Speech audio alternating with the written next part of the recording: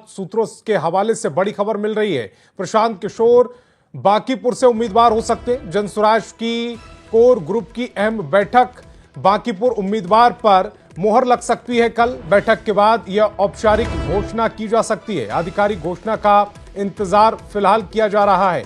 तो सूत्रों के हवाले से बड़ी खबर मिल रही है। प्रशांत किशोर बांकीपुर से उम्मीदवार हो सकते हैं। जनसुराज की कल कोर ग्रुप की अहम बैठक होने वाली है। बांकीपुर उम्मीदवारी पर यह मोहर लग सकती है। बैठक के बाद औपचारिक घोषणा की जा सकती है। आधिकारिक घोषणा का इंतजार किया जा रहा है।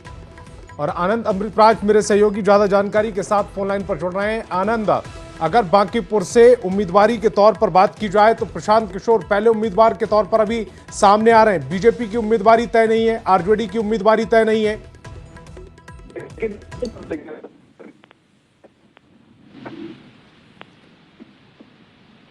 प्रशांत किशोर और उम्मीदवार बना सकती है। जाहिर तौर पर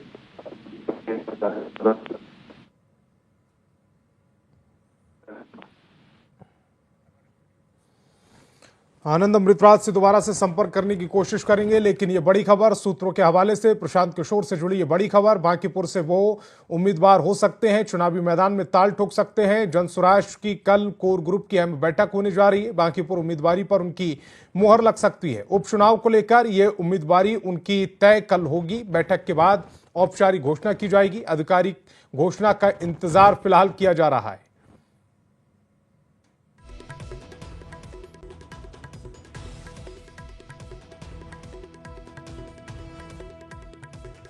तो बांकीपुर उपचुनाव को लेकर यह घोषणा कल होगी कि प्रशांत किशोर चुनावी मैदान में उतर रहे हैं या नहीं। बांकीपुर वो सीट जिस पर नितिन नवीन यहां से विधायक चुने गए थे, लेकिन अब वो राज्यसभा चले गए हैं। ऐसे में उपचुनाव को लेकर यह सीट खाली हुई है। और मेरे सहयोगी आनंद अमृतराज एक बार फिर मेरे साथ फोन लाइन पर जुड़ रहे हैं। आनंद अमृतराज, खबर यह मिल रही है कि प्रशांत किशोर बांकीपुर सीट से दावेदारी ठोक सकते हैं।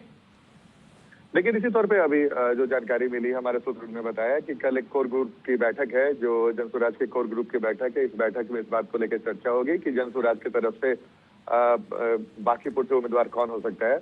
लेकिन सूत्र ये भी बता रहे हैं कि उसमें औपचारिकता है। जनसुराज की तरफ से प्रशांत किशोर चुनावी मैदान में उतर सकते हैं, जिसकी आधिकारिक घोषणा 5 जुलाई को हो सकती है पार्टी की तरफ से। जाहिर तौर पर जनसुराज के जो संस्थापक हैं प्रशांत किशोर, इससे पहले भी उन्होंने कई बार इसका इशारा किया कि वो बांकीपुर से चुनाव लड़ सकते हैं। लेकिन सबसे दिलचस्प ये है कि बांकीपुर से नितिन नवीन विधायक हुआ करते थे, लेकिन अब बीजेपी के राष्ट्रीय अध्यक्ष बनने के बाद उन्होंने इस सीट को छोड़ा है।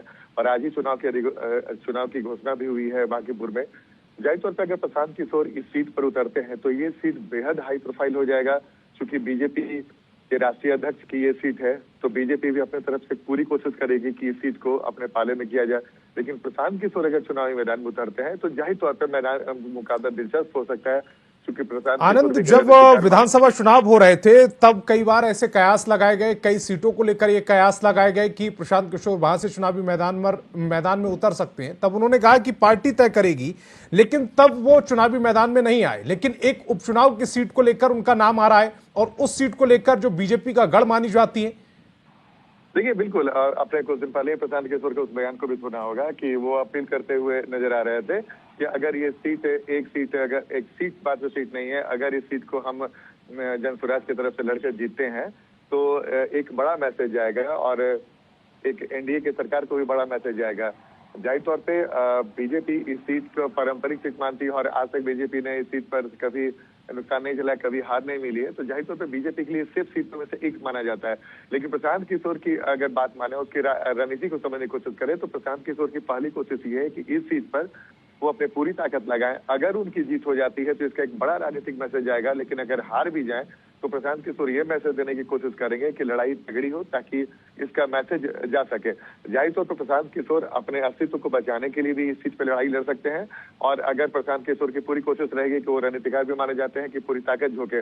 जाहिर तौर पर प्रशांत किशोर को विधानसभा चुनाव में जबरदस्त झटका लगा था और उनके अधिकांश उम्मीदवारों के जमानत भी जब्त हुए थे। तो जाहिर तौर पे अब देखना ये दिलचस्प होगा कि इसका ऐलान कब होगा। हालांकि कल कोर ग्रुप की ये बैठक बताई जा रही है जिसमें इसकी पुष्टि हो सकती है। आनंद अमृतराज आप मेरे साथ जुड़े, आपका बहुत बहुत शुक्रिया।